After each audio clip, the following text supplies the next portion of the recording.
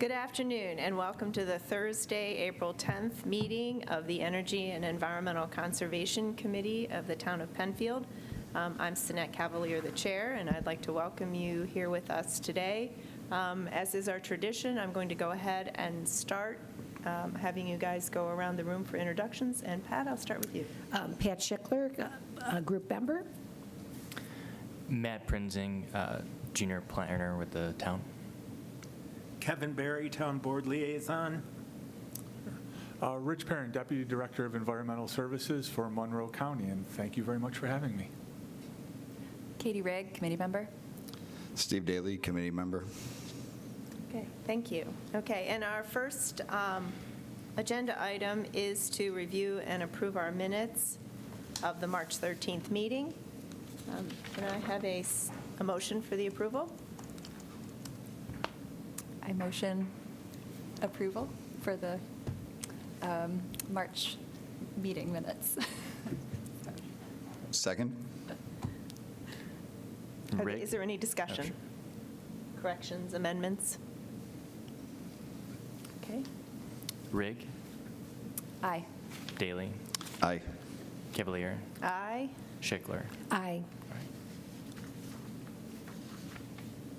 Okay, and we're very light on people today, so I think you guys noticed if you're watching us, not only half of us are here, more than half of us here by one, so we do have a quorum, so we can conduct business tonight.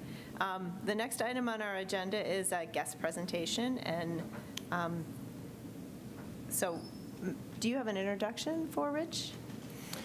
So Rich Perrin is coming in from the Department of, he's the Deputy Director of Monroe County Department of Environmental Services, and tonight he's presenting to us on the Monroe County's Organics Management Plan. Specifically, the town wants to promote the ways that residents, stakeholders, and farmers are able to provide input to this plan, and also just let people know where they can find more information about this and the plans that Monroe County is putting forward. So, Rich, if you'd like to kind of take over from here. I would love to. Thank you very much. Again, I want to thank the committee as well as the council member who's the liaison for having us here. Matt was invaluable in getting this arranged, so I greatly appreciate that. As he noted, Monroe County is in the process right now of undertaking an organics management plan, and today I want to walk you through some of the key elements of that. But Matt really hit it on the head, which is the more we can do to get exposure of the plan, of its development in particular, and making sure that people have and not only have, but are aware of those opportunities to provide us with feedback. So I'm really interested in getting through the presentation, but then also hearing from you about what you see as the priorities as not just interested individuals, but engaged individuals who are doing this work on a committee like this. So as we go through this, I will say I can do this any way you want. If you want to stop and ask questions, I'll defer to the chair. If you want to wait until the end for Q&A, or if people just want to pop in, it's up to you, but I'm happy to handle it either way. Okay. I would think it'll depend on how compelling the question is, because we might not be able to wait, but we'll try to wait till the end. All right, very, very, very good. Thank you. So by way of introduction, as I said, the county is preparing an organics management plan. This is really a supplement to our local solid waste plan that we have in place. Now, the local solid waste plan was adopted in 2015. It will be expiring at the end of this year. We do biannual updates in July. And at this point in time, because of the fact that this organics management plan will become a component of that, we're going to ask for a deferral for the next update of the plan to ensure that we incorporate this. What we don't want to do is get into a position where we're updating this plan by the end of the year, the local solid waste plan. We know we won't have this done, and we're going to end up just having to come back and do it anyway. And it is a really major component because according to the USDA, the estimate of food waste is about 30 to 40% of the food that we actually have available to us. And so when you think about that type of leakage, 30 to 40%, it's really critical that we start to take a look at this.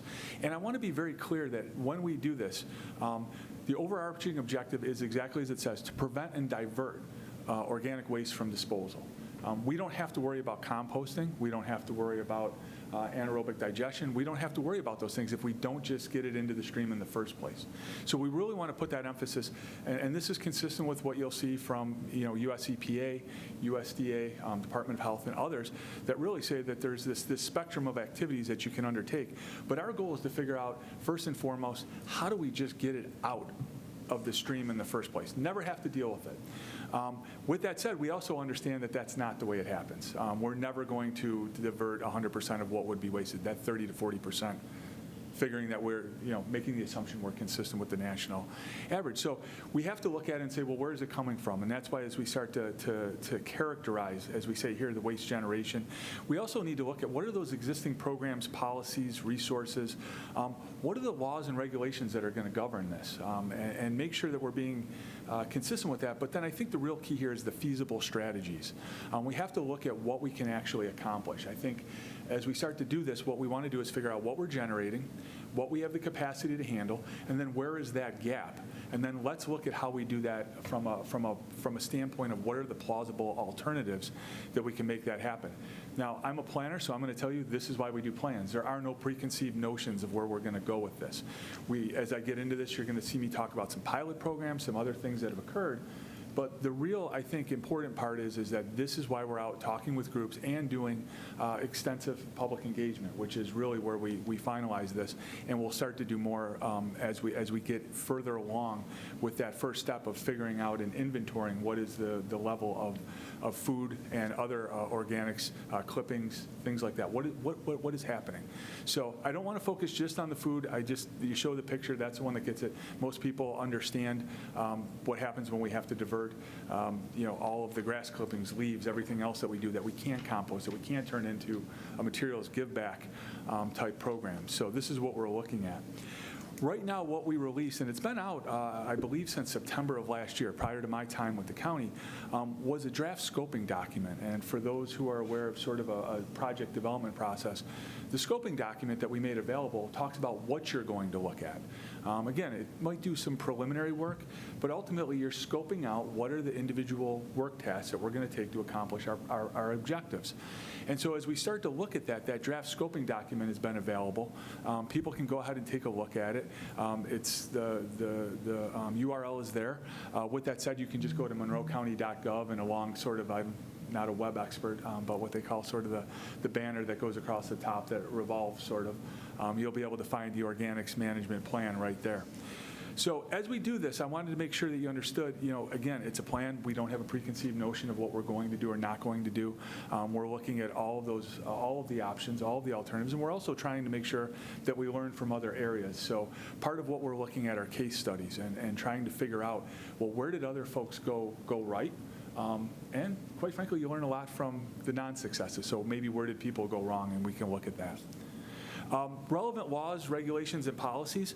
The New York State Food Donation and Food Scraps Recycling Law, NYCR's New York Code of Rules and Regulations, Part 350. But these are the requirements under it right now. Now, what I want to point specifically to, though, are the last two bullets, which are not just how much you have to do, 2 tons per week or more, but also about the recycling if you're within 25 miles of an accredited organics recycler.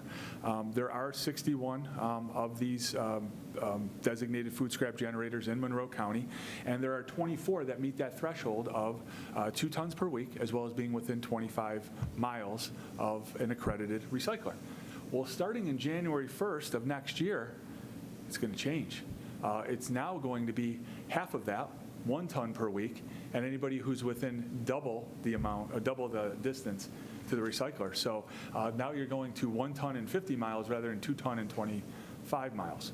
Now, DEC has been very, very diligent about publishing that list of those DFSGs, those food scrap generators. So it's very interesting. But just to give you an idea of sort of how they factor this, colleges and universities, as you can imagine, right? They have dorms, residence halls. They're going to have cafeterias. When we look at it, their standard is basically they figure for colleges and universities that are residential, 142 pounds per student per year. So when you look at that, that means that if any college has 1,465 more students, you're going to end up generating that 2 tons per week, 52 weeks, right? So 104. But this is exactly how this works. So this is going to be a big change. We're going to see, by law, more mandated designated food scrap generators having to take their things to recycle plants. It's just, and that's the intent of it. But that's going to come. We're hoping that by around the fall, we'll get the new list for Monroe County, and if you are interested, I can follow up with you to send you the link to those lists. They're kind of interesting to look at because you'll go, well, wait a minute, there's this chain restaurant here in Penfield, but they don't do it in Henrietta. And so it's just a function of how this sort of methodology works as they look at it. In addition to that, you have the New York State Solid Waste Management Plan, which is, just over really about what, a year and a half old, not even yet, and has several goals. And I wanted to point out just some of the goals that come out of that plan that are relevant to what we're doing are things like Goal 4.3, empower and educate residents of New York State to properly manage excess food, reduce wasted food, and recycle their food scraps and yard trimmings. And so under that are 5 separate actions. I won't get into all of them, but the first one is develop household food waste reduction materials and educate residents on how to save money while reducing wasted food. Okay, and then they'll have a number of these. But when you start to look at it from the state's plan, they're putting a real emphasis on organics reduction and recycling.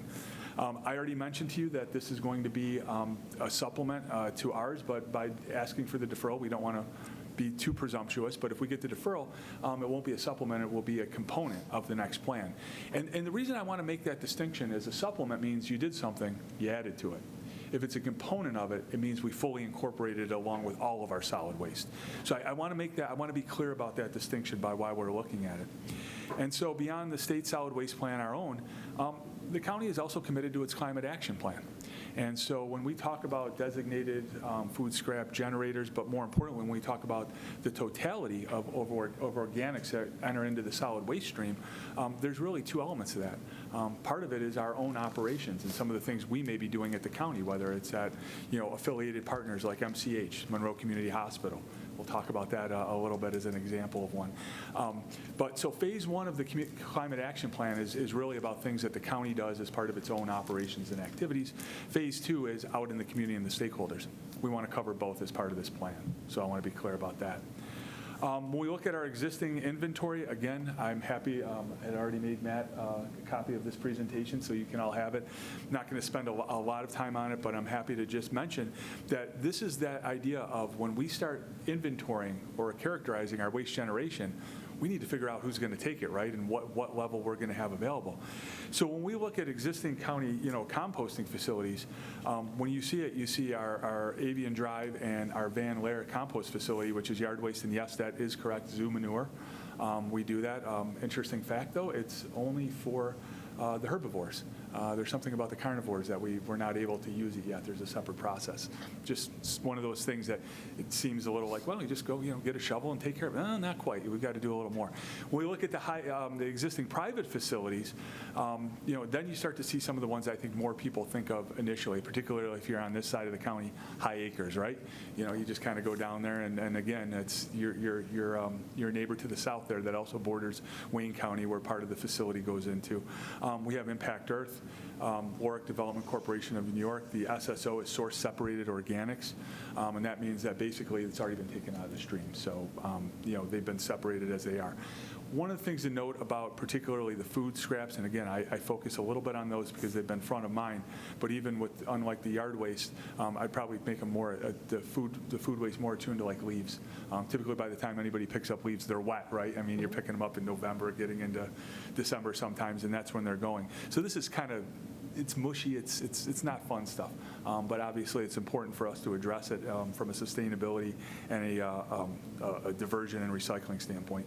And then some of the other ones that you may have heard of, Natural Upcycling, Noblehurst Farms outside of the county, and Renewable Inc. When we look at some of the existing programs, I mean, when it comes to yard waste, there's multiple municipalities, and I think we have it on our website, how many of them participate and to what degree. When it comes to the food waste collection, though, it's a little different. The City of Rochester has a pilot program that's been expanded to a third location within the last couple of years. The Village of Fairport has one, and there was a residential pilot program that ended last December that the county did with the town of Pittsford. There's a number of yard waste composting facilities, places that these are stored, and a lot of times they're turned back into that materials give back type program, right? That's what we look to, is you give us the leaves, let us do our thing with them, and then you can come pick up some compost. There's mulch that the city provides through its centralized operations facility over on Mount Reed and Colfax Street. And then really, we also have the food donation resources. Did you? There you go. Coming back. Maybe? All right, we got it. There we go.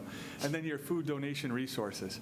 And I'm going to kind of make sure that we get through this. I know I want to be cognizant of your time, so at 15 minutes I can get through this pretty quickly.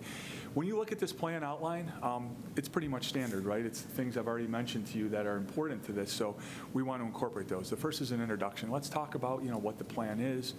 As the name would suggest, introduce it to people. What are you going to be getting in terms of contents for this? You have to set what that framework is, or the parameters that you're going to deal with from a programmatic and regulatory environment, and that's why we talked about those relevant laws, regulations, and policies. I've talked about it a little bit, but that's really a key part to say, what are the boundaries that we're working within? And I will say, as a basement, not a ceiling, okay? We want to make sure that we're being consistent with what's out there, but we need to do what's right for Monroe County, and it's a pretty diverse community from urban, suburban, and rural. We need to talk about who our partners are on this, and when we say our team and supporting partners, we mean both the county, municipalities, private sector stakeholders. Who is really going to be critical to making sure that we can accomplish what we say we want to? Community engagement and expected participants, again, I'm going to speak more to that specifically with the elements or the techniques we want to use. But again, making sure that anybody who picks this up understands this is not the county's plan. It is not the consultant who developed it. It's not their plan. It's the community's plan. So we want to make sure that we document that engagement, not only to say that we did it, but also to say here's what we heard. And this is the critical feedback that we received that we needed to consider. And then there's the research and data collection, and that is us going out and, again, characterizing what that generation, that waste generation is, and making sure that as it relates to organics, we have a good handle on it, because as I've tried to hopefully draw out, there is a difference between the yard waste and the food waste, and when we start talking about those are the primary ones that we have to look at. I also wanted to mention that, when we looked at it as part of the community action, the climate action plan, and did the community element of it, waste generation was 8% of our GHG emissions in Monroe County. A lot of people don't realize it. It goes along with waste and water, for some reason, water, including both potable and storm and wastewater. But the waste generation was 99% of it. And the transport of the waste was only about 2% of that. I mean, the bulk of it is just waste generation. There's things out there, and a lot of it comes from methane, direct methane emissions from landfills. So when we talk about, obviously, climate action plan, it's really important that we know that, right? Because most people, when they think of greenhouse gases, what do they think of? Carbon dioxide. Absolutely, makes up the most of it. But methane, much more potent of a greenhouse gas. So when we look at it, there's a distinction that needs to be made when we start talking about this from a sustainability and GHG standpoint. And then from there, we want to get into our proposed strategies, the evaluation of strategies, and that will be a screening process where we compare what are the sort of range of alternatives or options we have compared to what's going to get us the most bang for the buck. Obviously, there's going to be elements of this that are going to be carried out by the county as a public entity who needs to be respectful of taxpayer dollars. We also want to be respectful,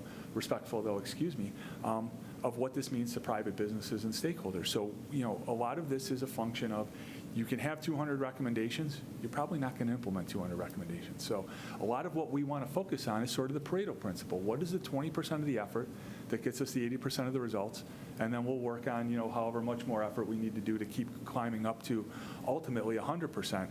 But again, it comes back to my comments earlier about feasibility. And then from there, we've got to figure out, well, what does it take? What are the resource needs and the budget? But the budget isn't just about dollars. It's going to be about staff time. It's going to be about how do we move this forward? What can we reasonably expect to accomplish? And then that will help us drive our timeline. Now, this program goals is at the bottom. And as a planner, I'm looking at you, don't do your goals last. It's kind of a misnomer. This is how are you going to monitor your plan? How are you going to make sure you're getting the I will just call it this, you're taking steps towards ultimately your goal. If you're going to go through all of this, you might want to set some metrics, or at a minimum have some desired direction for how you want things to go. Do we want this to increase modestly? This is our priority and we want to zoom it up, let's get it going. Timeline and phases, I can go through. The draft scoping document, yes, has been out since September of 2024. Excuse me. We've basically said we're going to take a year to take the input on that, but we're not waiting just on input from there and a survey that I'm going to mention. No, we're looking at it and saying we anticipate that we're going to have a large amount of this done because we're already in the throes of the data analysis, our sort of inventory of existing and planned conditions. So our anticipated release is going to be July for the actual draft plan itself. And we've been collecting, and I'm going to make sure all of you have bags for each of you with some good materials on recycling and the like. In there, though, are also the cards for our residential survey, and then I have another one, which hopefully we can have placed around the town hall for businesses, too. So maybe at the permit office, the clerk, where people come to do a lot of their business. Just something to get it out there. You may say, well, community engagement through September of 2025. Yeah, because we want to have a couple months for that plan to be reviewed. We want people to see this and say, no, we've come out to you. We've talked to you about what we're doing, but this is what we came up with. Tell us where we hit the mark, tell us where we didn't, and then let's make sure we're making adjustments relative to all of the input that we receive. And that's where that public comment from July to September comes on. And then we're looking at it as basically the end of the year, fourth quarter. We work on a calendar year, so sometime between October and the end of the calendar year, we'll get it in there. Just going to finish up on a couple of quick things. The public participation program.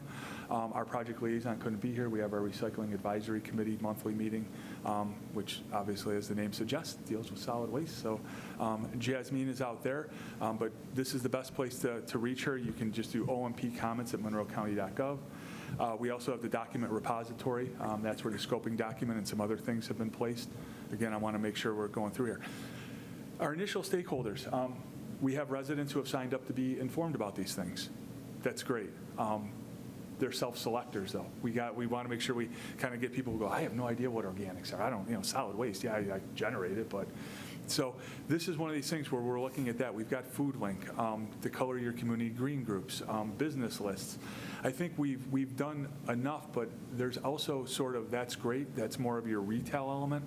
We're also doing the wholesale element of doing some of the social media posts, the website updates, and again, these surveys, which are critical. And no, the survey is not going to take you 3 hours to get through. It's not that much. It asks some basic questions. We have one for residents, one for businesses, and one for agriculture. And I think sometimes people overlook agriculture just in general because we think of Monroe County as being, this urbanized area. But I think you guys know the difference between West Penfield and East Penfield. And there's probably some pretty significant differences just if you look at it on Google Maps from satellite imagery. The draft scoping plan, we're going to have it out until the end of May. Most of these parts are kind of prescribed, so we know we can move on them. But the scoping plan, we're hoping people go, hey, under your data collection, have you ever heard of this? Or even if you can't get to it in the plan, maybe it could be a recommendation that this is a way that you're going to look to monitor this going forward. Those things are great. And as far as the survey, we definitely want those as well. Two different things. But the scoping plan is a great way to go, hey, jump into it. You got this. It's much more free form, right? It's free flowing. You just send in your comments, and those are the types of things that we're looking at. With that, I feel like I'm always rushing through these things because there's a lot to them. If there wasn't, I don't think you'd have me here. You would have been like, send us a one-page fact sheet and we'll get back to you. But at this point, I'm happy to answer any questions that I can. I will be very blunt with you. If I don't know the answer, I just say I don't know. but I will get back to you. But I am interested in any thoughts, immediate thoughts or actions you might have that you want us to consider as part of the development of the organics management plan. So I'll defer to the chair. Anybody have any questions for him? It's a lot of information. I am. Yeah, Rich, Steve Daly with the committee. To what role are you looking for the towns to play as stakeholders in this plan, both, I guess, in the development as well as implementation? Yeah, so I think the answer to that question is the first will determine the second. We want to hear from the communities and understand what they're thinking. We also want to look for economies of scale, too.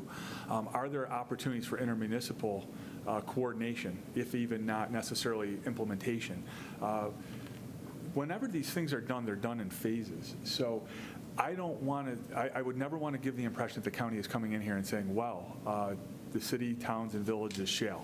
That's not how this works. With that said, we also understand that there will be differing levels of interest and even commitment to this as we go forward. So I don't think we want to be overly prescriptive. What we would like to have is something that provides a guide for what towns, villages can look to do, but also say, here's what the county can do for our own operations, consistent with phase 1 of the climate action plan, but also what the community can do outside of that. So if we get a community that says, hey, we get it, we understand it, we're really just not interested in it, well, that's why we have a plan, and hopefully some things will change over time. Folks will look at it and say, hey, we're starting to see the importance of this based on the fact that Penfield or, Greece or whoever of the 19 towns, 10 villages in the city want to get into this. So if you're asking the question of will we be coming down and saying we believe the town of Penfield should, locate this here and that it will serve this radius, I don't think we want to get to that. It would take a lot more study than what would be probably this, which I would consider consistent with your comprehensive or master plan. So it won't be an end-all, be-all, but we do want to have some very concrete ideas that we can come out of and say, low-hanging fruit doesn't always mean small. Sometimes they're bigger things to take on. But that's the phased approach. So I think what we want to do is see what the interest is from communities and then really look at those who are willing and able and have the resources to say, yeah, we want to participate. And that doesn't necessarily always mean resources with the dollar sign right up front with direct funding. So does that answer? It does. It sounds like it's very much in progress, and it sounds like if I understand, ideally the county would like to see buy-in from as many of the towns as possible. Is that fair? Correct. Yeah, absolutely. Okay. Absolutely.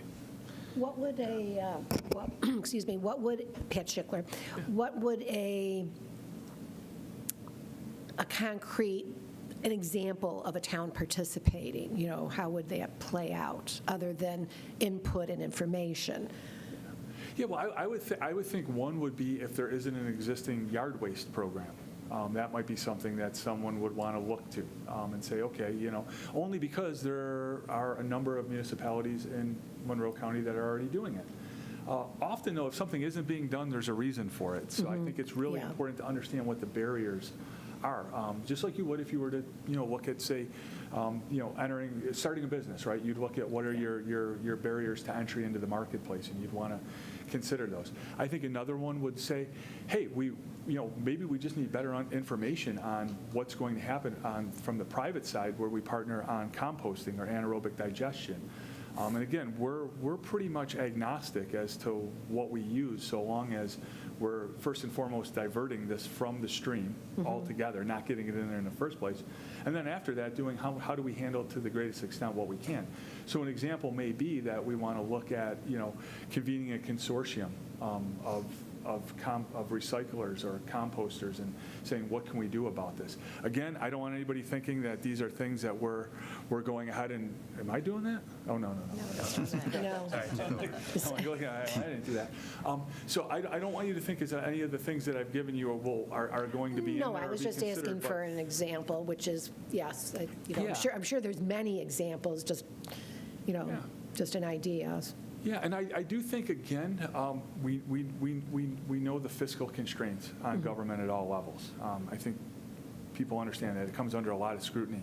I don't think this is anything where any of the sectors are going to be able to go it alone. I really don't. I think when you look at not-for-profits like FoodLink, who have that ability to take it out, again, that is also diversion. It's not a matter of just not having it, it's having some place to go with it so it doesn't end up with the stream. It's not like saying you can only get what you're going to use. We know that that's not going to be feasible. But you're going to have not-for-profits, you're going to have the for-profits. I mean, when we start to look at this and say, what are the ultimate goals of a lot of communities in Monroe County, it may appear, and hopefully this plan will help to do that to some degree, is what is the addressable market in Monroe County? And maybe there's this opportunity to have more composting sites that aren't necessarily municipal, or that, programs that maybe there's that opportunity for somebody to step in and be able to do it, again, as a program, and facilitate and run it and make a business venture off of that. My personal view on I'm really okay so long as the food and the yard waste doesn't get there, and people are, and it's reasonable. But I think that's going to be a real key is how do we look at those partnerships, because nobody's going to be able to do this on their own. Has the county been actively looking for new sites to build? Because I know that the distance has been a problem. There's the exemption, and so the big food waste generators don't have to comply yet. Oh, because of the 25 miles? Yeah. Right. One of the things we're actually looking at now is we want to see when this new list comes out and overlay it, but we're also looking at ones that could potentially be on there and say, is there anybody who's not going to be within? Because 50 miles is a pretty good distance, especially when you start thinking of someone like Monroe County and where we are, particularly between two major, or I shouldn't say two major, but two other pure metro areas in Buffalo and Syracuse, with really only Orleans, Genesee, Wyoming, and Cayuga County separating us from Niagara, Erie, and Onondaga. At this point in time, the county will assess what our role could be as part of the plan, but we don't have any, I can't provide you with any indication of a new site or, as you said, something that we're looking to build at this time. I think we really want to make sure that we do that we have the plan completed, and in the grand scheme of things, we're really talking about less than 9 months with an anticipated goal of wrapping it up. So it could be as short as us looking at this in like 6 months and saying, hey, we've got some ideas, but again, those are the recommendations that people can provide to us now if they have thoughts on the role that the county could play.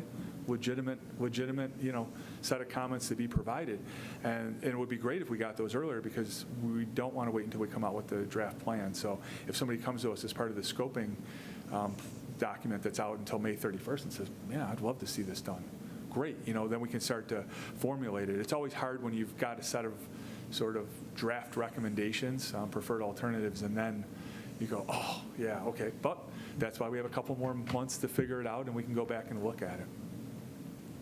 Okay.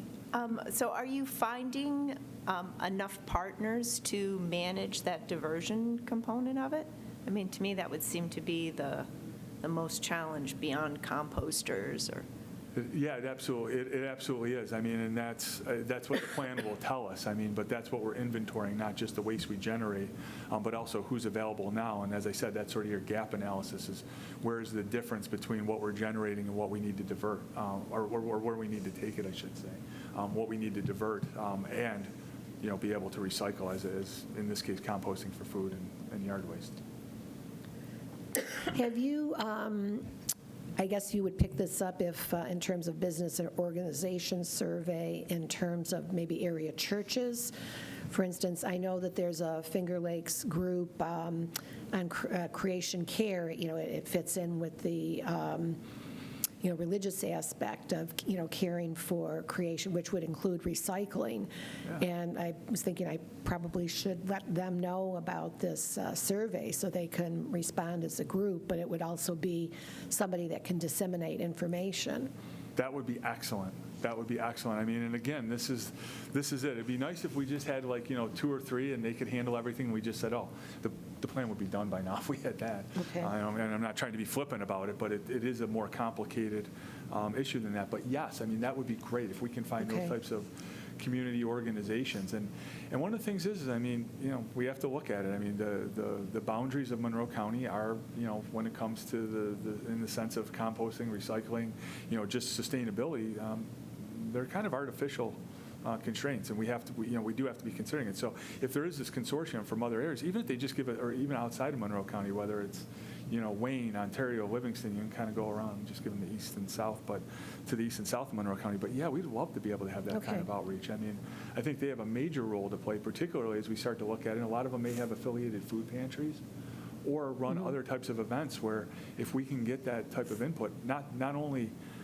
what role they could play in this organics management, but just getting the word out. So that would be excellent. Thank you. Okay. And if you can, I mean, Matt has my contact information. If you want to send that to me, that's great. I'll make okay. sure it gets into the right hands, for sure. Absolutely. No, thank you. Has anyone connected, from the town staff, I guess, connected with the business chamber to share the business survey?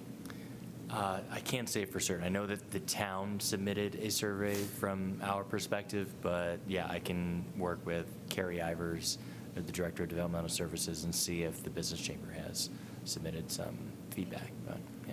We would very much appreciate that. And I'm kind of going on a limb here. I want to say we might have done it with the Greater Rochester Chamber. And I know that they work with, the other ones, but I don't know if this would have risen to the level of them pushing it out. So I really appreciate that. That would be great if they were made aware of it. I mean, because even just one or two more really helps us. And again, it's not like we're doing something with, a sampling error, statistically significant, stratified, sampling of residents or businesses. It really is still vital that we get that input because it gives us ideas. It gets us thinking. And again, it's something where as we go through it now, we can go through and say, hey, we've got a lot of this on the survey. Is there any existing or available data that we can look to affirm this or even dig a little deeper into the details? I took your survey, and the residential survey, and I thought it was great. It gave me a lot of hope that, because I thought the questions were very practical in nature, and I just felt like, okay, they're taking this really seriously, and that they're at this level to be asking these kinds of questions. So I was really grateful that you guys had that. I am not even waiting until tomorrow to take that back. I will send an email out tonight because that's exactly the type of feedback we love to hear. With that said, even the bad feedback, we're fine with that too. It can't all be good, but when we get something like that, I think that because these surveys were done, they were before my time, but I do remember asking, how do you do this? And there was a very large degree of deliberateness in making sure that what we asked was going to be useful, actionable information. And so if you're seeing that as somebody who's, obviously engaged in this type of activities, that's excellent. That's what we want to hear. And hopefully, folks who aren't maybe get a little more interested or at least fill it out and go, hey, that was worth my time. I would really love to see the results, though. Do you have a timeline for releasing the survey results? I know they'll be included in the plan. We wouldn't go through it without, doing some summaries and some charts and items like that. So since we do plan on, or we do anticipate having, or not anticipate, we will have a draft plan out. The date is still anticipated for July, but since we're going to have the plan out, I would imagine that would be an addendum or an appendix, and it would be there for you to take a look at as part of the draft, because by that time, it'll have been closed. Yeah. Are you going to do any targeted outreach to get the surveys completed? Because you mentioned all the waste at colleges. I mean, it's not waste, it's, whatever, I don't like this food, out it goes in the garbage. But I think that restaurants would have the same issues, in terms of, food waste, and that if you're hopefully getting enough survey responses from the area restaurants, and if not, try to seek them out. Yeah, I'll go back and see if we haven't already reached out to, whatever consortium they may have, or some of the larger, because in a lot of cases you have franchisees who may own multiple franchises. You also have, sort of the umbrellas that own multiple different types of chain restaurants. I will say that we've put a real dedicated effort on trying to get more responses to the agricultural survey. And so we worked with our planning department as they're now updating the ag districts within the county, something that has to be done once every 8 years. So we've talked about it with that. We'll be getting with their committee, if we haven't already. I think it's this month. Their next meeting might be next week. But we're definitely going to be going out to them and trying to get more there. So that's an excellent idea. We may have done it. I don't know. But in the event that we haven't, like I said, I'm going to pass all of these things along. Because we definitely still have time with a month and a half to fill out the survey by the end of May. Okay. Rich, can I don't know how much more time we have, but I do have. Oh, okay, good. I'm going to take you as long as I can get you. So, Yeah. is there a sense, so those the large generators, the DFSGs, is there a ballpark sense of how much waste they're generating as far as organics versus individuals and smaller businesses? Is there does the county have some sense at this point of what who's the biggest contributor? Yeah, basically what the proportions are, and that's the characterization of the waste, which we're in the process of right now. So I guess my question is, do you think that the county will have enough time to evaluate that data that it's generating from the surveys and also develop a plan at the same time to actually address what the results of that survey are in the same plan? Yeah, so the characterization of the waste isn't just about the surveys. There's an actual methodology that we can use to take a look at that, both through what comes through our facilities and then extrapolate, not impute, extrapolate what we're looking at. And that's sort of the quantified element of it. What you're talking about is also the qualitative element of what we want to hear and listen to what we're seeing. But ultimately, that is the characterization of the waste, the inventorying of the issue to be directed. So yes, we have enough time because we're doing the plan, and at the same time, there are recommendations as we start to formulate alternatives.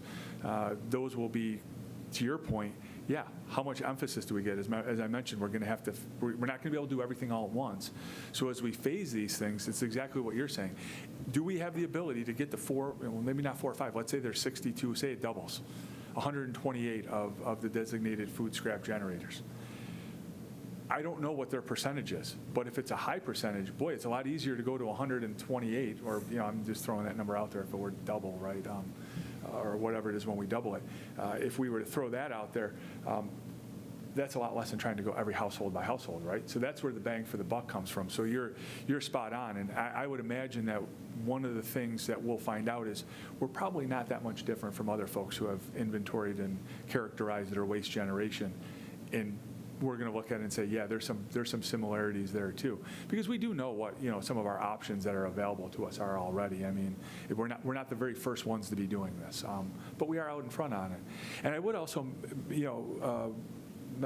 I wanted to also just mention really quickly too that as of Friday we're accepting applications for a school food waste pilot program through all of the districts in Monroe County. So we're interested to see, they're smaller grants, but they're enough to get it started.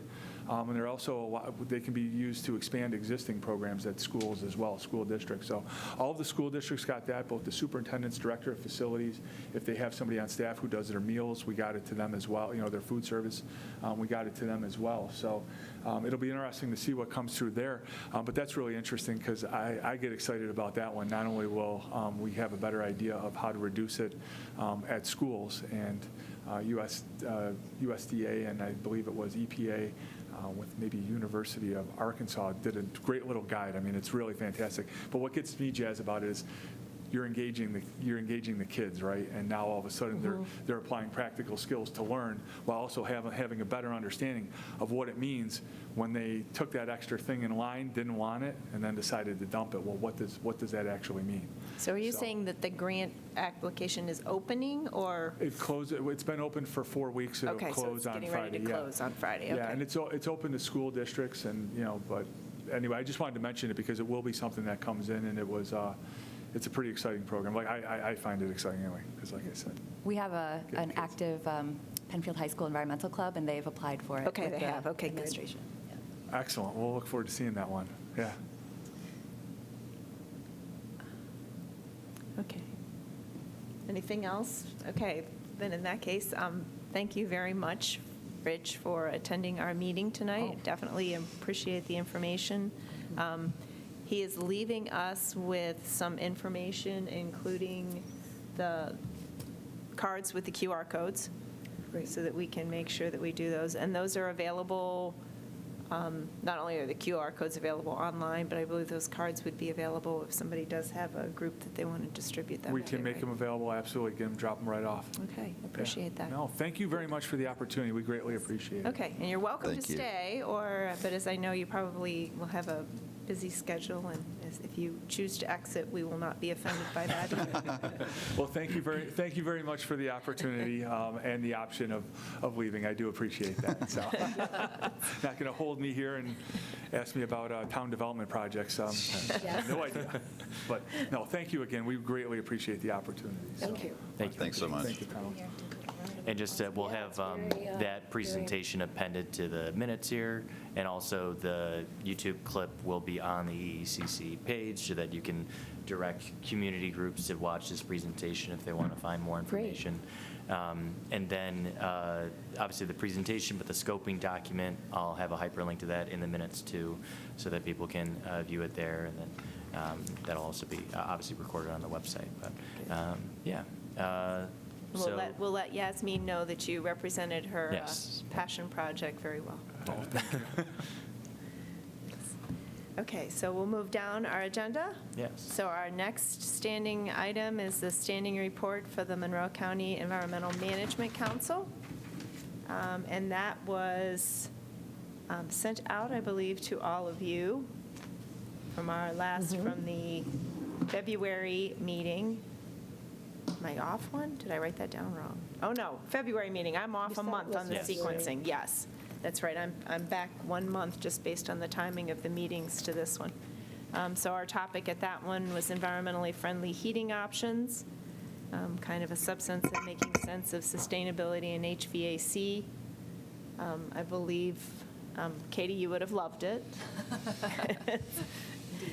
To do that, but it was a very good overview. It wasn't necessarily as in depth as what I've actually heard from the community campaign versions that have been done as part of the Park and Rec Department, but it was a nice overview and a reminder of the different kinds of HVA systems and options and the funding that's available to make those at least a little bit more affordable for our community. Our next meeting is, well, I'll kind of do a real brief one. The March 19th meeting, which will be written up for our next meeting here, was on residential stream bank erosion with a project that was done in the Brighton area. So it was kind of a really interesting project to hear. Our April meeting for the Monroe County Environmental Management Council is April 16th. I will be unable to attend that meeting. That's a Wednesday from 4 to 5:30. The topic is soil to sustenance, building healthy ecosystems for a sustainable future. So if somebody is interested in that and is available during that time slot, please let Matt or myself know, and we can make sure that you have all the information to make that happen for us. Any questions on that? Okay. In that case, we'll move on to our review of required items. The first one is town development projects. So we have no projects at this time. The planning board meeting just after this was canceled this evening. There are 2 applications submitted for May, 1 sketch and 1 preliminary final.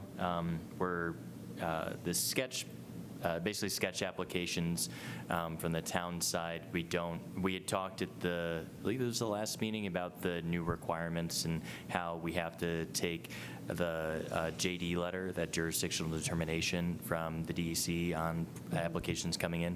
Sketch applications are informal and they're not subject to that specific requirement. We can still look at sketch applications and provide feedback from that. The preliminary final one, we're still determining on if their delineation meets the state's JD letter requirements. But regardless, neither of them are impacting EPOD, so they won't come before EECC. But I figured this committee was interested in that kind of new process, so I just wanted to give you an update on that. So yes, no projects at this time. I'll just move right into requests from town board. None at this time. I know that at the last town board meeting, there was a presentation on the Pollinators Pathway Program.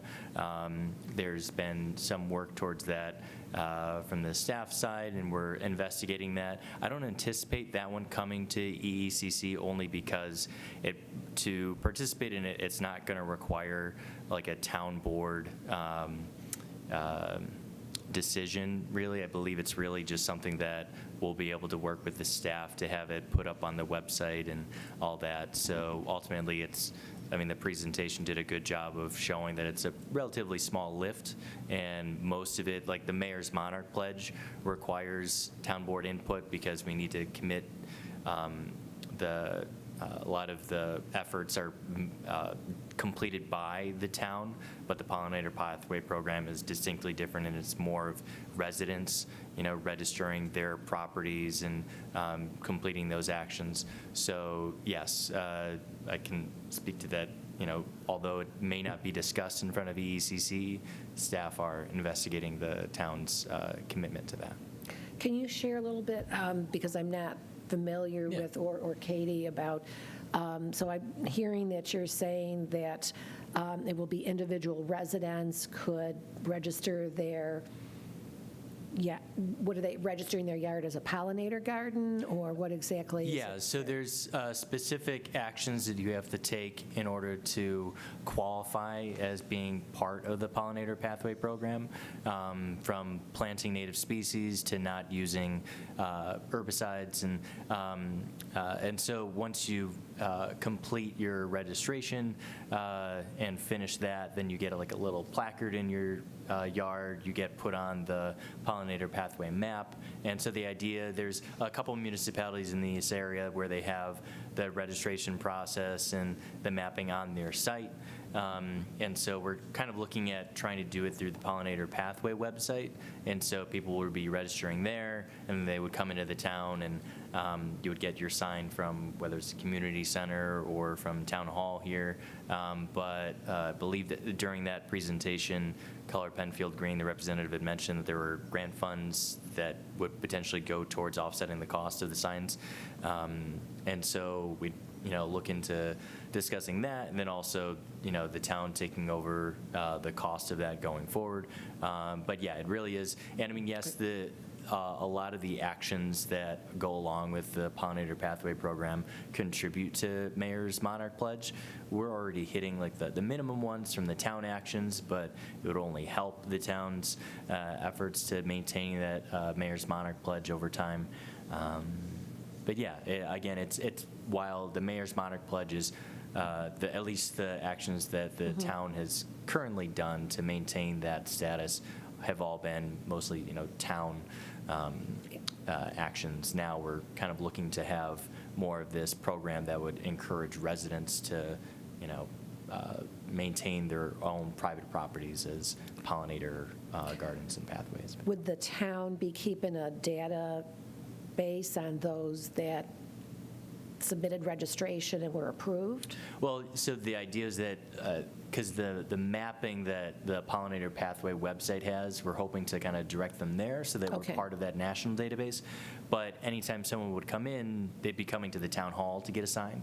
So we could, just confirm that, okay, you have you've registered your lawn on the Pathway Program website, and then we could document, okay, we've given this resident their sign.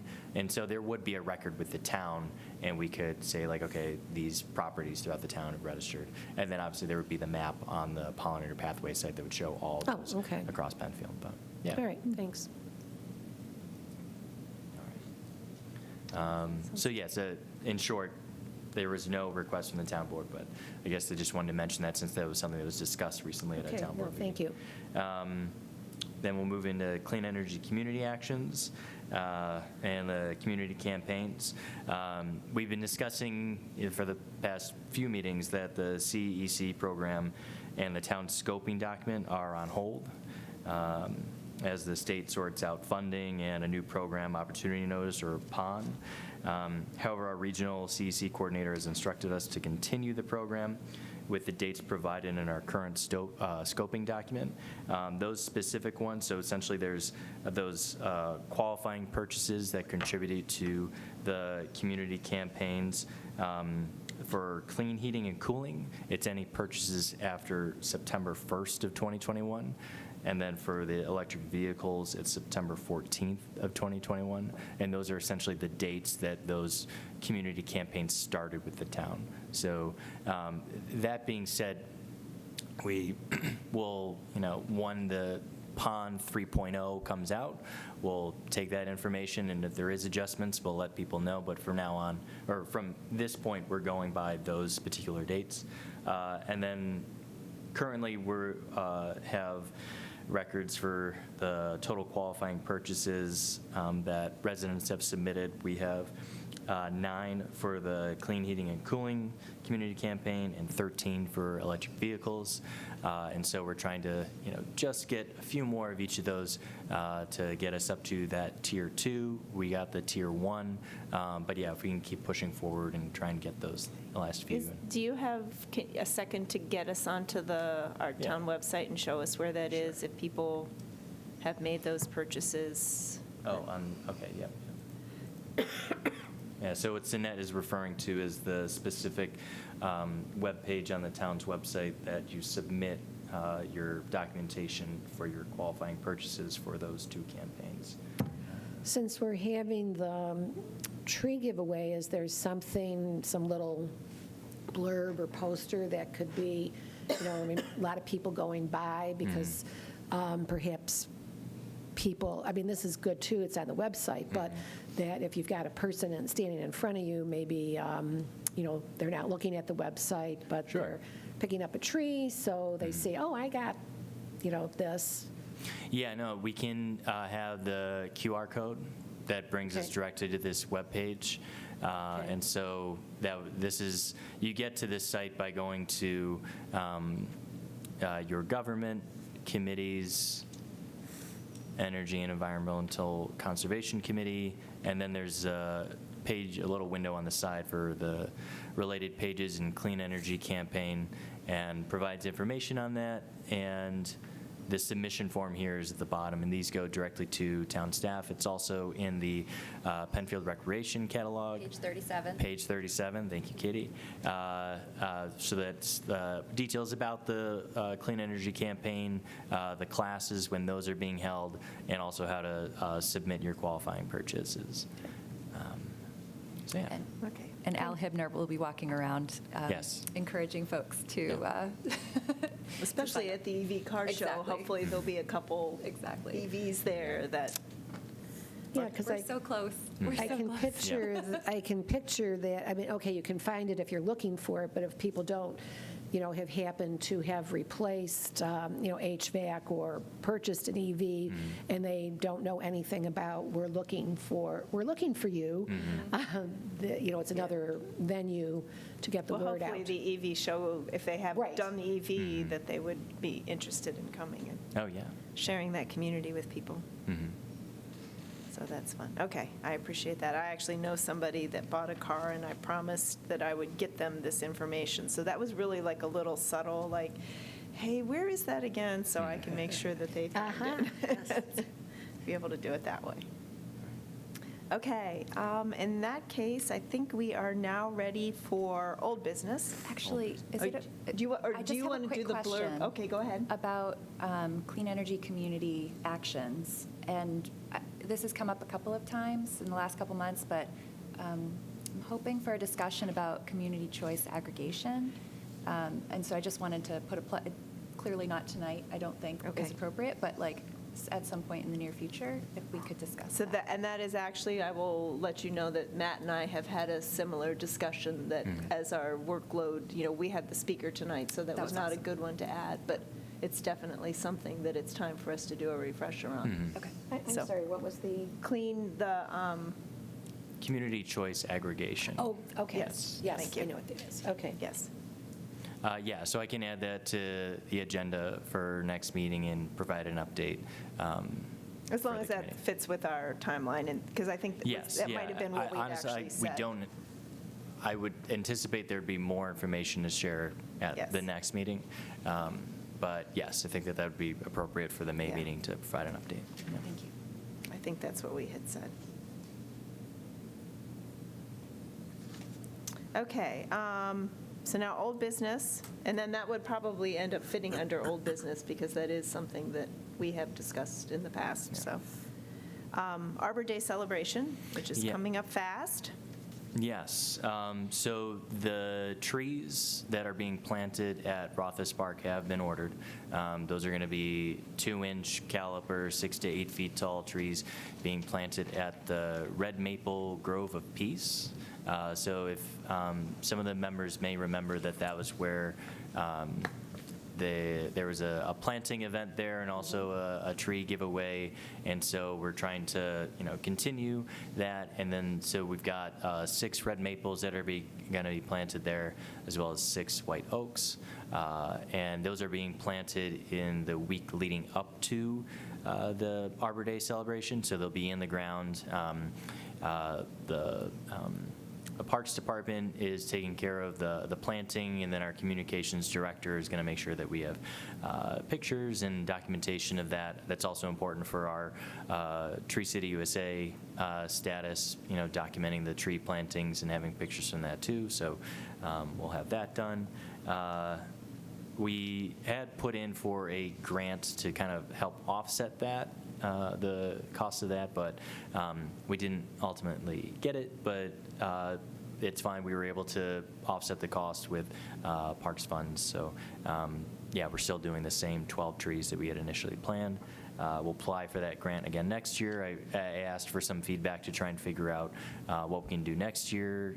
What criteria was it that we weren't planting enough trees or things like that to help us try and get that grant next year. Yeah.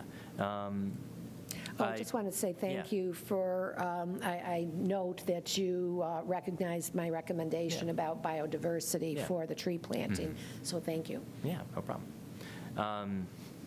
We have most of our tabling materials. The main things that I'm hoping to have, obviously we want to add the QR code for the community campaign, but the main things, and well, I'll have the members kind of look at this after the meeting, but the idea is that we have the QR codes for the tree planting tips. There will be a number of copies there for members, residents to take if they want to bring those home. Again, those 3 species are the eastern redbud, the red maple, and the white spruce. And so how it'll work is that residents will walk up and they'll have the choice of 1 deciduous and then the white spruce throughout the event. So you get 1 deciduous tree, either the red maple, the eastern redbud, and the red bud, and then a white spruce. And then throughout the event, if a lot of people are, if we have a lot of leftovers and people are asking for more, we can dole out more, but ultimately if there are leftovers at the end of the event, I believe last year we had the Trails Committee. We kind of set those aside for them, and they planted them on town properties throughout the town. And then just trying to think of any of the other, we have some materials for butterfly, how to attract butterflies, invasive species in Monroe County. There's like a little Arbor Day postcard, and there's the U.S. Forest Service has a tree guide, tree planter's guide, tree care guide that we have copies of, and then like a little booklet there for the county's watershed, for little activities for kids to learn about watersheds and wastewater and fun things like that. So that's what Matt and I had gone to a Arbor Day Tree City USA celebration, and they had a lot of these materials, and that's what at the end we're like, can we take some of this? So they were very generous with the materials that they gave them. So they're kind of a fun collection of stuff in addition to the ones that we'd recommended at our last meeting. Where was that held? Syracuse. Yeah, we're another material that I'm going to have prepared. Still waiting to see if the state can provide us with something official from them, but if not, we'll have just a QR code. Essentially, the state or New York State DC has this major campaign where they want to have 25 million trees planted by 2032. And in order to track that, they have this tree tracker on the New York State DEC website where they're asking residents, developers, municipalities, or literally anyone that's planting trees throughout the state to record that planting through this tree tracker. And so the town is recording trees, but essentially anybody that takes a sapling at this event can register that tree through the tree tracker. So we want to advocate for that for those residents that take a sapling at this event to register it and contribute to that campaign. That's all I have for the Arbor Day event. I mean, obviously, I guess I won't be there. Amy Owens, you were able to meet her before at the event. I mentioned Carrie Ivers may be there. I know that Ari had mentioned that she may end up being able to be there pending flights and planning and things like that. And then John will also be there too. And Roy was not. Roy can't be there. But and yes, so that's staff and ECC member side. Sounds like we've got a good turnout for that. So we'll be wrapping some trees. That'll be probably our primary initial role to do that, so Yeah. prep that. And hopefully people will come out. The weather's going to be delightful, according to Yes. Katie, so we're calling her out on that. You specially ordered it? Yes. I did. Very specially ordered, and the EV car show component of it, do you want us to speak to that for a minute? How much fun this event's going to be? Oh, it's going to be great. Yes, it's got something for everybody. It's a bit of an eco fair. We'll have folks there to talk about heat pumps and weatherization and electricians, because, you know, if you're going to get an EV, you may want to install a charger at home. So there might be some electrical work. Lots of folks to answer very specific questions. The Greater Rochester Clean Cities will be there, and they'll have some great resources for folks. But I just learned today, I think, 7 dealers with 13 different cars to check out. There are just more and more options in the EV world these days, and lots of owners that have registered and will be on hand to talk about their own experience. Yeah, if you want to check it out, it's at just type in rockevshow.org, and you can learn more about the EV side of it. And also, it's very family friendly. The lunch counter at Parks and Rec is going to be serving some food, and definitely will have some plant-based options, and there'll be entertainment for kids, and it's just a fun event. It's a great event. Yes, and it's a great banner day for the town of Penfield, because that's also Good Neighbor Day. Yeah. So it's kind of a loose tie-in, but a way to help our neighbors, and very many, if the weather cooperates, clean up their yards and do some nice things like that too. So it's a good thing. I want to add, I just pulled up the site myself and found that there are 19 models registered of owners that will be attending, and registered attendees report over 1 million miles of driving, so they know what they're talking about. Yeah, very cool. That's a lot of miles, isn't it? Okay, our other item for old business is the EECC roles and responsibilities, and I think we had some additional information or clarification for us. Yeah, so at the last meeting, we had discussed that and really went through just the town board resolution that had mentioned what the role and responsibility is, and also what's on the EECC's website. And then Roy had the follow-up question of what are those specific state statutes? And so the ones that are cited in that resolution are Section 239-X and 239-Y. And a lot of those sections relate to a conservation board's responsibilities as far as an open space plan, and how they coordinate that and how they review it. And so while I believe that some of the items in the progress document kind of lend itself to looking at the town's open space plan and reviewing that. And I believe that well, yes, it's certainly something, especially when referencing these state statutes, is something that is within the scope of the ECC. The only thing that kind of what Cynette and I had discussed, and just trying to determine the bandwidth of the committee at this time and the projects that we're going to be looking at. I mean, this year we need to put together the climate action plan and put that RFP out and then start working on that. And then the next year looking at the forestry plan. And so while this is certainly something that would come before the ECC, I just don't know if it's something that the town or ECC has the bandwidth, as Cynette had used that word specifically, and I thought it was a good representation of it, just like of the workload that we're trying to accomplish. That being said, I do encourage ECC to look at the town's open space plan. I can provide a link to that. It's on the town's website. Actually, Pat, were you on Conservation Board when that was? I don't think I participated in that. All right. I think they usually have separate groups. It didn't necessarily come before the Conservation Board. I think there were separate groups that worked on it. So yeah, that would be something that I think. I'm sorry for interrupting. When was it last updated? So I believe that, like if we look at, let me pull it up, because I think that there was like the initial open space plan or an update in 2002, but I believe that the inventory may have been, modified or updated in like 2006 after there were recommendations for, certain acquisitions during that time, and then the inventory was updated to reflect those acquisitions. But yeah, I've got the.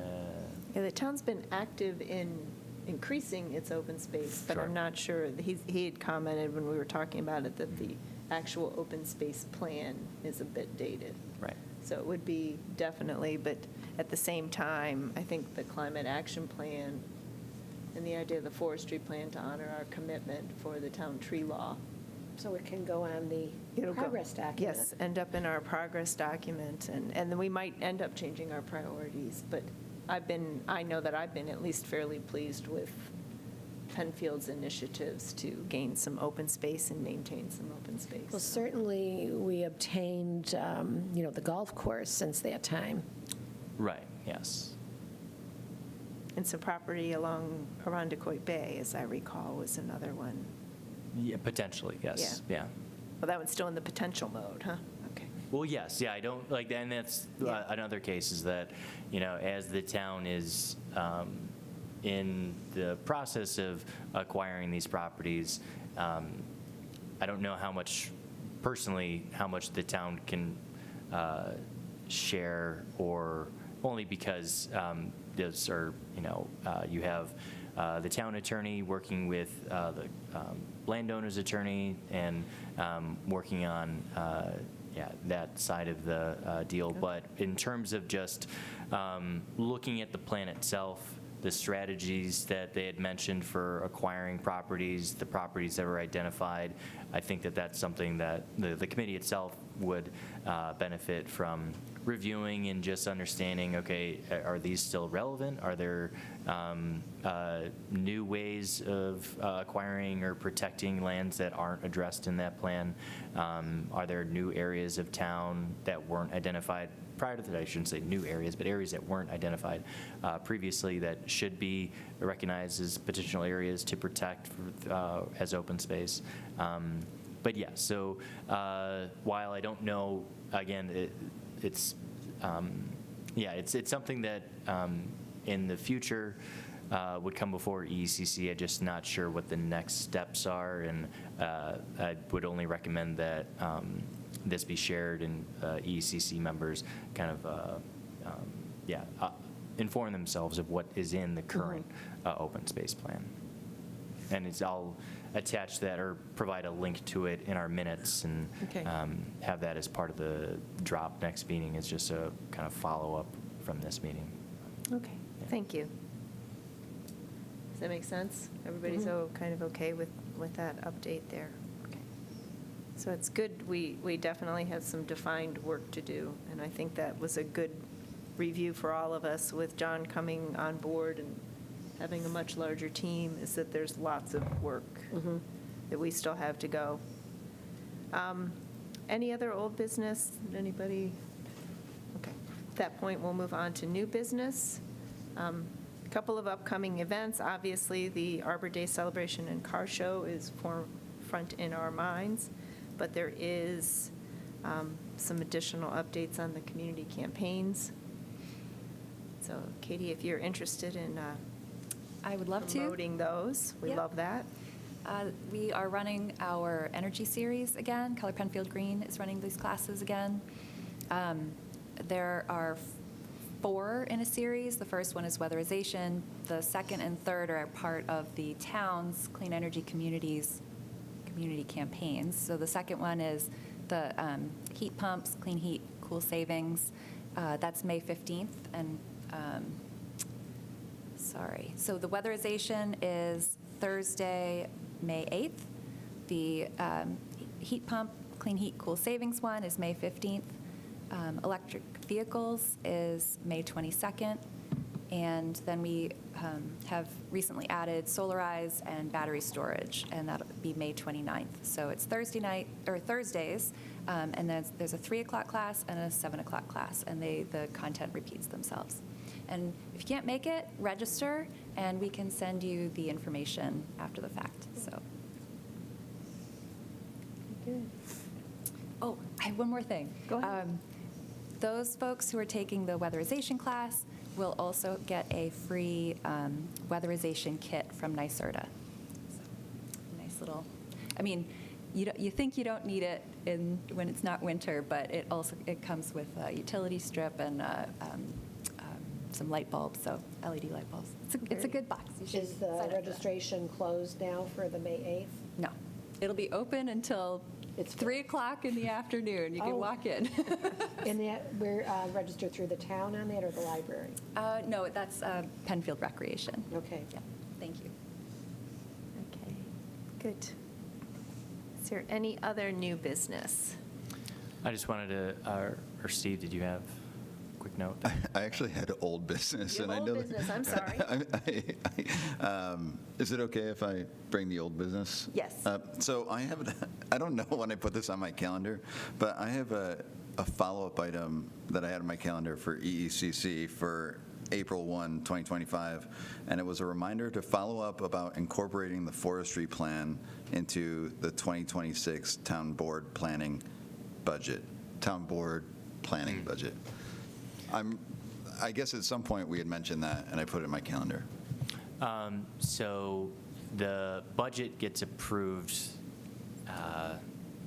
later in the year. I'm blanking on the actual month. From my understanding is that the funds that are allocated to the climate action plan for this year, for 2024, would be allocated to the forestry plan in 2025. So the thought is that when the budget is drafted for later this year for 2025, that climate action plan budget rolls over to the forestry plan. Is that what you anticipated? So it is on the radar, I think. Yeah. So it's going to happen? Yeah, so that's the plan of right now. I think one of the understandings, though, is that, so we have the town's budget for the climate action plan, and then we also have a grant that is also being put towards the climate action plan. I don't have the figures off the top of my head, but I think it's probably worth looking into. I mean, I know that we've been waiting for more details from New York State DEC about whether or not there will be a third round of grants for 2025 that maybe would help offset the cost of a forestry plan. This year, they had the reforestation grants, which didn't have a component that we could apply for that would be we would be able to use funds for a forestry plan, so we didn't go for that. But yeah, hopefully throughout this year, we can continue looking for those grant opportunities to bring that amount to what would be required for a forestry plan. Within that climate action plan money, are there other needs that would be vying, against the forestry plan needs? In other words, need to expend on some other climate action plan item versus forestry? I guess I don't see, I believe that there's overlap between the two, and there can be portions of the climate action plan that addresses what would eventually lend itself into a forestry plan. I guess, Because you said it would roll into the forestry plan, but I just, does somebody else have some other priority might have a claim to it, or? Certainly not the grant funding. Okay. Or like that portion of it. Okay. And then to my understanding is that the funds are specifically for the planning component. It's not for any sort of implementation or anything like that. And so, yeah, to my understanding, those funds are Okay. specific to that. They're already And then earmarked. next year, the forestry plan funds would be specific to the planning. If we need a consultant, which more than likely we will, it would go towards that. Okay. All right. I'm satisfied. I just felt Okay. Yeah. No, it's- duty-bound yeah, just to to- raise that. So it must be the seat, because that's something very much that you would have done. Yes. That I have this reminder. Well, I was thinking about town flower, but I said we can save that till later. We did reach out to Madison Quinn, the sustainability director for Monroe County, to either her or someone from her department to present on the county's climate action plan. We haven't figured out a date yet for that, but we're hoping to have her come in and speak about Monroe County's Phase 1. Essentially, we're looking at having that be, or it will certainly contribute to how we draft our RFP for the town's climate action plan, as well as any other samples that we can gather from surrounding communities, municipalities. I have. Can I Sure. ask a question Yeah. about that? Sure. So the Monroe County Phase 1 was about government operations, and then Phase 2 was about the community. Is Penfield going to be taking that approach of like Penfield town government operations? Is that what we're hoping to do, or is it? My understanding is that this climate action plan would specifically be towards that Phase 1 scope of just town facilities and how the town can address those climate action policies and actions and best practices. Okay. Yeah, that's pretty standard for making sure that the house is in order before we kind of ask everybody else to do their piece of it. So I think that definitely works for that, to do that. And then they'll rotate into our queue. The second phase will be after the open space plan, which is after the forestry plan, which is Yes, lots of plans. lots of plans, lots to do. Yeah. I think we're getting to that point where it's But making an Penfield impact. is not just planning. Penfield is implementing along the Yes. way. Oh, I think yes. That's a really Sure. important Yes. point. And that's what I think this kind of climate action plan will highlight, how far along Penfield is along in that process. It would be fun to actually capture where they were and where we are now for some of those items in terms of the footprint reduction. Okay.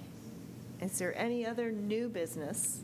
I have one other One last. more, okay, yeah. that's what I thought. So next meeting, I have been working with town staff to draft the EPOD map revisions proposal. The proposal includes documents that would help support the town's EPOD mapping needs. There's several chapters there's a chapter for each EPOD.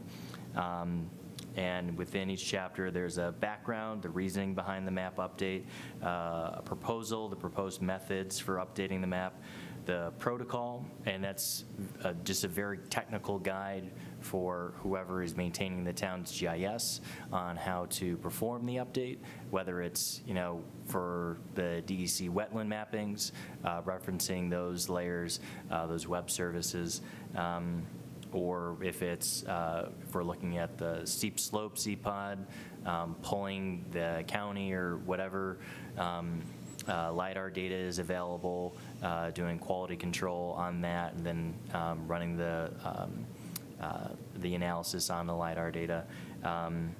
Any parameters, any quantitative variables that were used in the proposed update, the result. So we'll have the summary of the resulting map update, and then observations, so notes, any summaries that we'd have that kind of quantify the changes that have come from the original mapping to the new. So we would like to review it at the next meeting. So we'll have the report, and then those, like I said, all those features of each chapter, so that the proposal will be provided in the drop. You'll have that to review. I say there's not a specific timeline of how long EECC would review it, but how we're looking at it is that it would come before EECC. We could address any comments at that time, and then ultimately you would be writing a letter to the town board to approve these, the EPOD map revisions, given these protocols that are written into these town staff documents. So, yeah. Who else, what other departments are working at? You said it was town staff. Engineering and planning. Okay. Yeah. Is there going to be, at the town board level, an opportunity for public comment?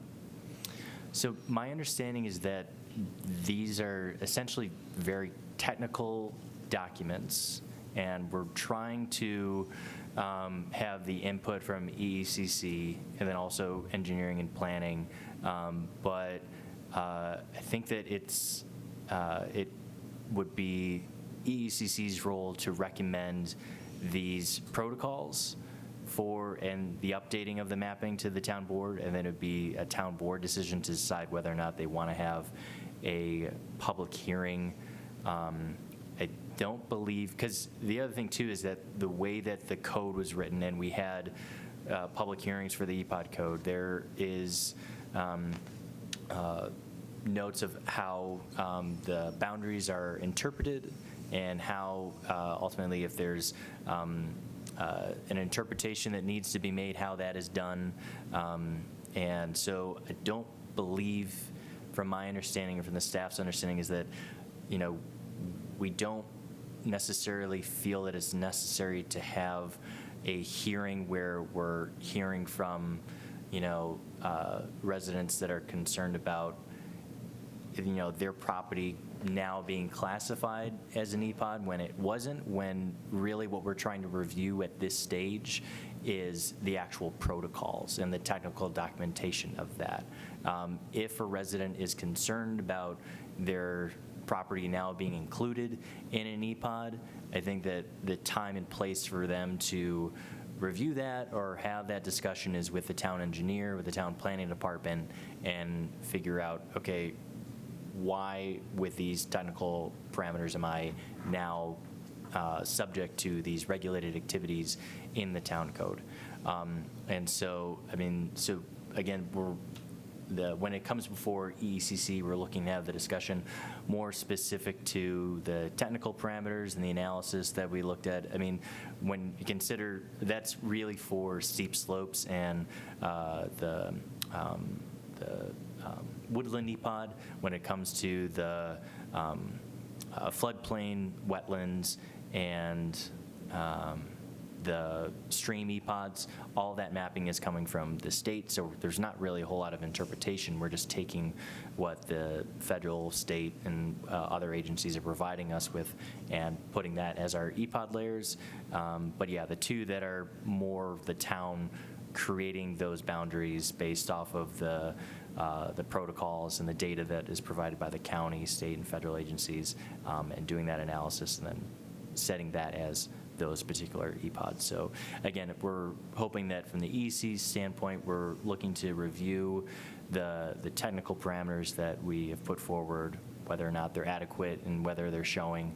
Again, the EPOD boundaries show the approximate location of our EPODs. It's very clear that that's what they are for, and we're seeing with the new regulations for the state's DEC wetlands, their mapping, they approximately show where wetlands are. It doesn't mean that just because you have a property that isn't mapped as a wetland doesn't mean you don't have to get a JD letter, that jurisdictional determination letter. And so with that EPOD in particular, we're trying to be very open and clear that the mapping, while it's informative, it's not a clear pass of I don't have to get this JD just because I'm outside of an EPOD. So yeah, so is that kind of clear of the, Yeah. I guess, Sorry. yeah. The question was, is there going to be a public hearing? And the answer is no. No. No. Okay, right. We're going to look at the process. At this time, I not don't. the actual result. Our understanding is that there wouldn't be, only because we don't have public hearings when somebody, wants to develop. Well, I should say that, if there's a resident that wants to develop their property and they've acknowledged that there's an EPOD on that property, and it's just, if this is for a preliminary final, subdivision of a lot, and they have an EPOD on their property and they want a determination of whether or not their property should be included in the EPOD, that would be the public hearing for that. But having a public hearing to discuss all of the EPOD mapping changes and having residents come up one by one to discuss, I don't understand why my property's in it or not.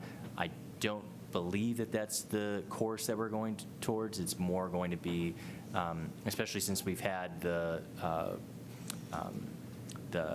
public hearing specific to passing the EPOD regulations and the determinations of what is included in those boundaries. Here, we're just talking about the actual technical of how we've updated those maps. We'll look forward to that then. Thank you. I mean, I'm taking this as something that we've been asking for right along, which is staff memorializing how to, and especially Right. for, that we're following the same things, and for, for future, folks down the road Yeah. that would take spots, take jobs. So, thank you. You're welcome. Okay, any other new business? Okay, based on that, we've reached the end of our agenda, and I'm going to close the April 10th, I'm going to call the April 10th meeting of the Energy and Environmental Conservation Committee adjourned, and the time is 6:01 PM.